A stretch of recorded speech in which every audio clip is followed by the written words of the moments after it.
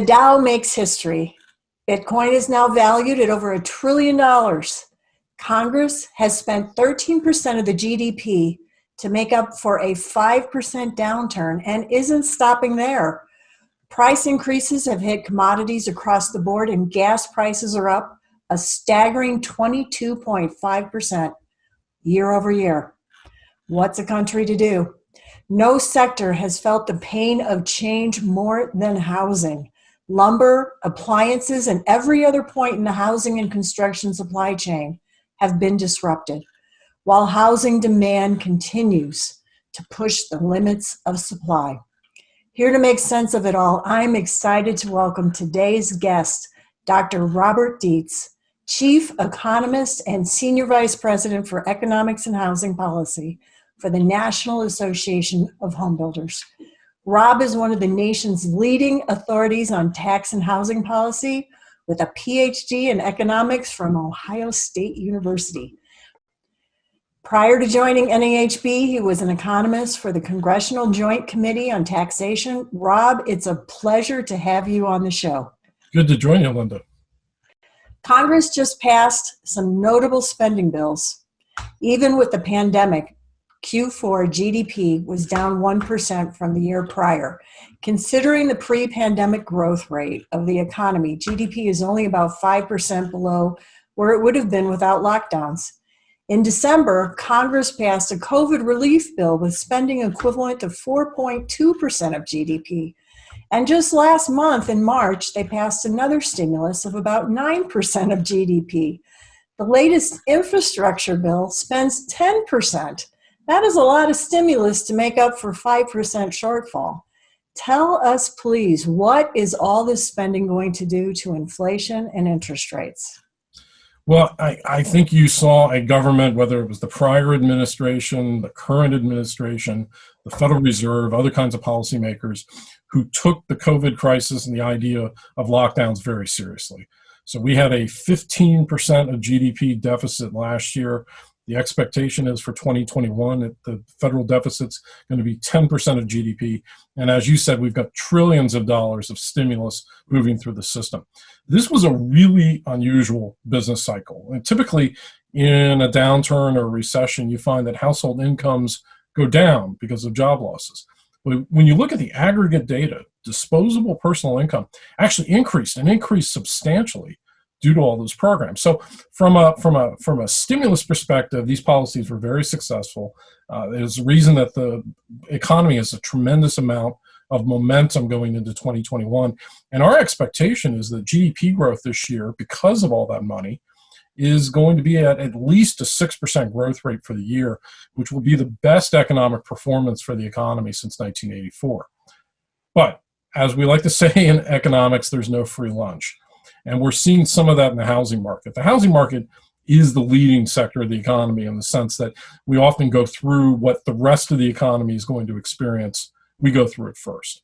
And so right now, the challenges are very much on the supply side, particularly with respect to input costs. So whether it's lumber, where pricing is up 200% over the last year, easily adding $24,000 to the price of a single-family home, about $9,000 to the price of a typical apartment, or other kinds of building materials that are either in short supply, the costs are going up, delivery times are extended. All of it is adding cost and time to construction development. So there's tremendous growth. The labor market's getting better. Household balance sheets are in exceptional condition given what we went through. But you're starting to see a buildup of some of these inflationary forces. And I think that's why we have to approach an infrastructure bill or additional policy that would, propose to inject additional trillions in the economy with some sense of caution, because there are inflationary forces building up in the economy right now. Wow, so you're in favor of more stimulus? Well, in a narrow sense, right? The rental housing market still does need some help, particularly landlords that are under eviction moratorium. I think you can make an argument from a long-run perspective, and this isn't a stimulus argument, but a long-run perspective, that the nation does need to invest more in its infrastructure, whether it's transportation structure or energy infrastructure. I think where we need to be particularly cautious, though, is additional household-level stimulus. There's an argument to be made of focusing on those 3 to 4 million individuals who have been unemployed for more than 6 months. They are undoubtedly hurting. And when you hear economists talk about a K-shaped recovery where one part of the economy is doing better and some part of the economy is doing worse, that bottom leg of the K would be those long-term unemployed. However, it's kind of interesting. We talked about supply side challenges. In the construction industry, you have an unusual situation where overall unemployment is relatively elevated right now. We're at a 6% unemployment rate. The labor force participation rate's gone down from 63% to about 62%, which represents several million adults who aren't looking for work. But then when you look at the overall economy, you find that employers have trouble filling jobs. So usually you'd have more unemployed, you'd have an easier time filling those positions. So what we need to do is smart policy, targeted policy, maybe in the sense of training people to bring them from unemployment into sectors where jobs are in demand. And construction is clearly one of those right now. Mm-hmm. So maybe scrap everything on the next stimulus except the 6% for bridges and roads.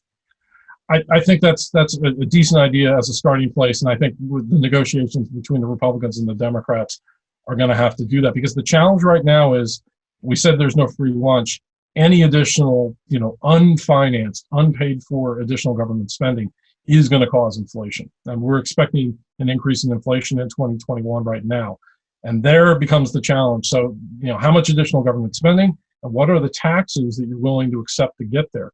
And if it represents broad-based tax increases on small firms, on corporations, undoing some of the really positive tax cuts that we had in 2017, then we have to get into a discussion of costs and benefits and really make sure that any kind of additional spending is efficient and targeted and is not broad-based. Housing prices have boomed, lumber prices have surged, and now steel prices are following suit. Are these signs of inflation, or are they more indicative of supply constraints? So we're staying with the idea right now that the economy is supply constrained. I do think we're going to see a small uptick in inflation. And we definitely see that right now in terms of producer prices.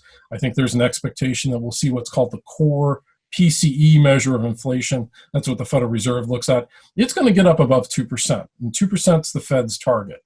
But they've said they're going to let the economy run hot in order to complete the recovery process in 2021.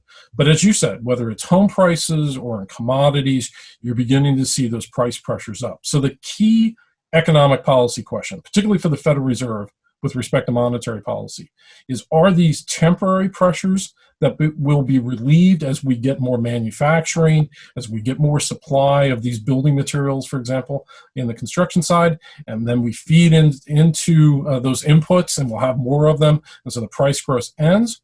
Or is this something more, permanent, where price growth is really continuing to grow year after year in the forecast based on the idea there's a lot more money moving around?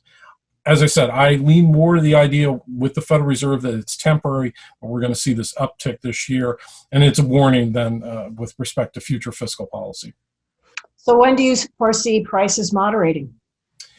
So I think the expectation is right now that whether it's things like lumber or other kinds of building materials or steel or semiconductors for the auto industry and computer manufacturing, that by the time we get into 2022, we will start to see some normalization with respect to the producer price challenges, the input challenges. However, when you look at the futures market, for example, for lumber, the futures market has been saying that we would see easing prices for at least 6 or 9 months. And every time we get to that next kind of important deadline point, prices remain high. In fact, pricing for lumber has stayed above $1,000 per thousand board feet. And if you look at the current futures pricing, it has it staying there all the way through November of this year. So easing, my expectation, my hope, the combination of both would be by the time we get into 2022, we get a more normalized building material environment. And keep in mind, it's not just a U.S. challenge. The global supply chains right now are tight due to the fact you've got a lot of economies that are reopening. You still have global trade itself, which is constrained.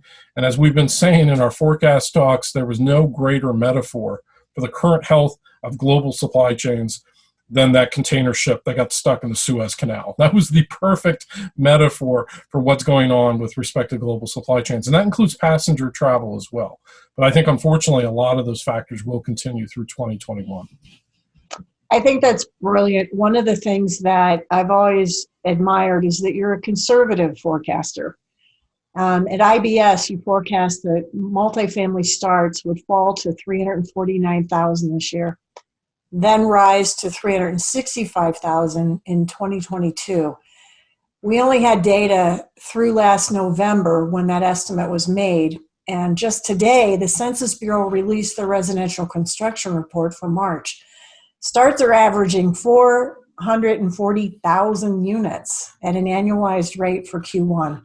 Has the strength of the market surprised you, and what does that portend? Yeah, the stabilization that we've seen in multifamily is definitely above where we expected at the start of the year. We went in with a conservative, maybe a more negative forecast for a number of reasons. One, the NAHB multifamily production index was below a level of 50, which would indicate declines. We ended the year with multifamily permits down more than 10%. In fact, at one point, they were down by 12%. But the data have come in stronger, and I think that's consistent with what you see with the vaccine data, that the overall economy is reopening faster than a lot of us expected. In fact, we've been chasing our unemployment forecasts down. In other words, the unemployment rate continues to fall faster than what we thought 6 months ago. So we have upgraded our multifamily forecast. We're now looking for something like 375,000 starts for 2021. That's a pretty big move up, but it's based off the fact that the unemployment rate's improved, and we think the improved vaccine data means that we're going to see additional demand for people in those urban core areas that did lose some people in 2020. And generally speaking, that's good news for multifamily. An important footnote, this doesn't come at the expense of single family. We're also upgrading our single family forecast. And so what you're seeing is broader economic momentum. I mentioned before, GDP growth will be really strong, but driven by the healing in the labor market, that's increasing household formations and increasing demand for second homes. So when you take all of that in combination, it means that we're upgrading both our multifamily forecast and single family forecast. The concern is there's got to be some cooling back to long run trends at some point because of these higher input costs, because of ongoing challenges like the skilled labor shortage for the construction industry. Well, Americans are on the move, as you mentioned, out of the urban core and into the suburbs. So is this a lasting trend or a fad? I think most of it's going to be concentrated in 2020. And what's interesting about the 2020 data is if you get a group of housing economists together, they'll get into a pretty aggressive debate for housing economists about how much urban exodus or urban flight, or as we called it, the suburban shift, we really did see in 2020. If you look at the price data, maybe some of the rent data, you see a little bit.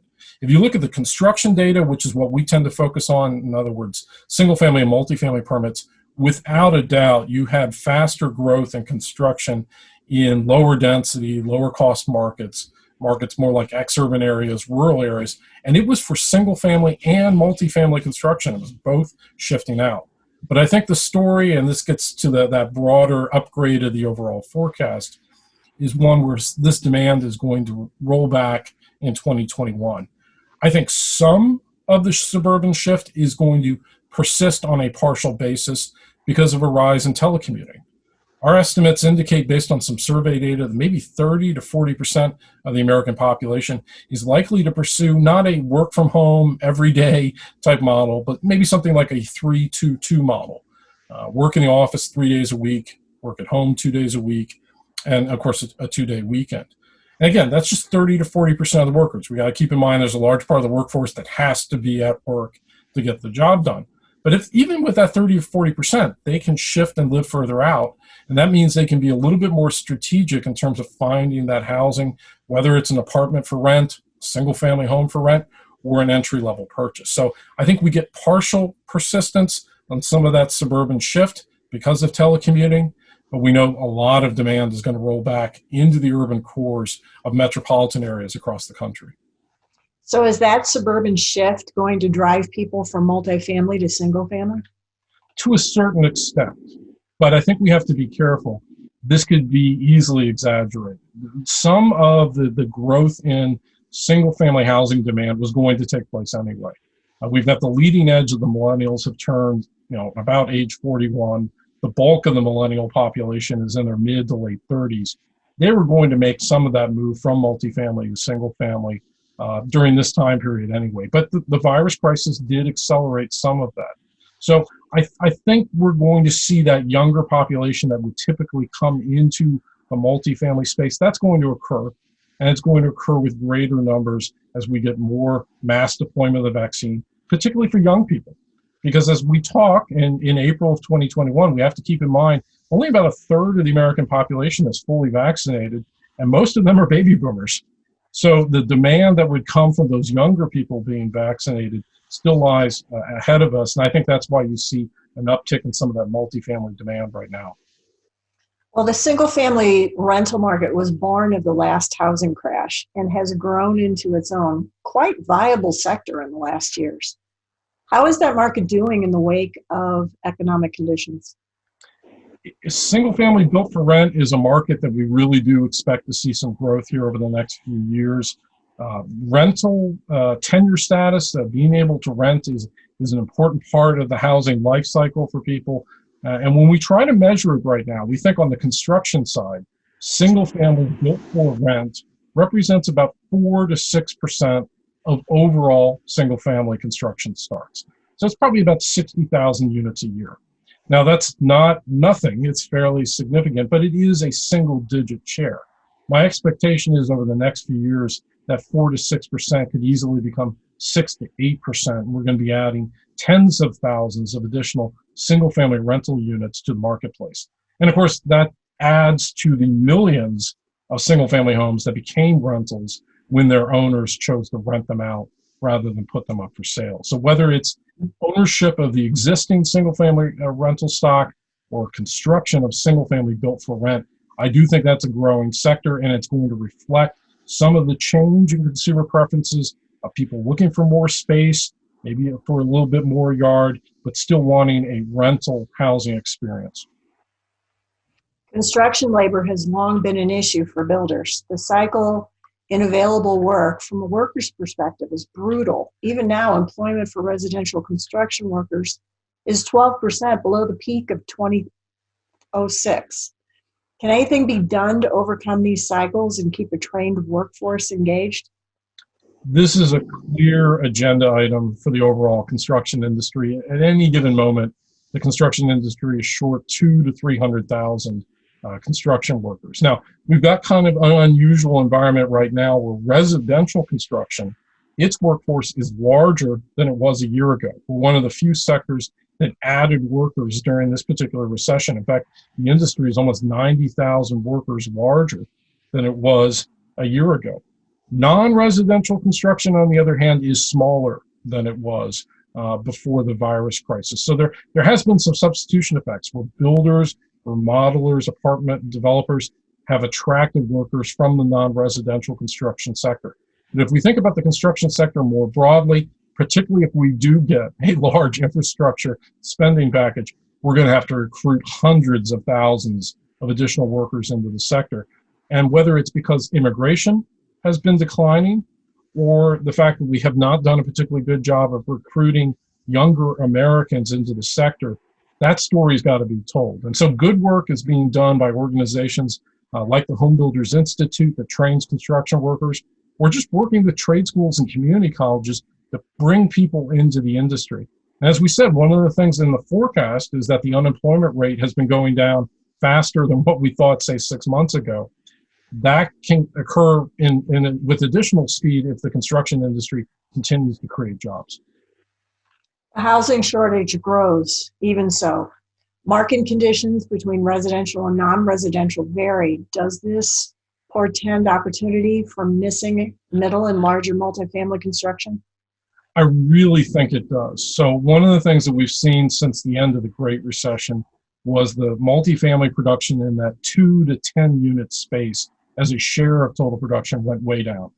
There were gains for the amount of production that was being created in the 50 plus unit production. In fact, in recent years, 50 plus unit production share was more than half of overall multifamily. If you look 20 years ago, it was somewhere between 10 and 20%. And that share gain came at the cost of what we call the missing middle, that 2 to 10 unit production plus townhouse construction. And there were some hints at the end of 2020 of that resurgence of demand for construction in that particular market space. We had in the fourth quarter of 2020 the best quarter for townhouse construction in a year and a half. And that occurred with, again, some of that demand rolling back into the inner suburbs with an expectation that we get to a more normal environment here in 2020.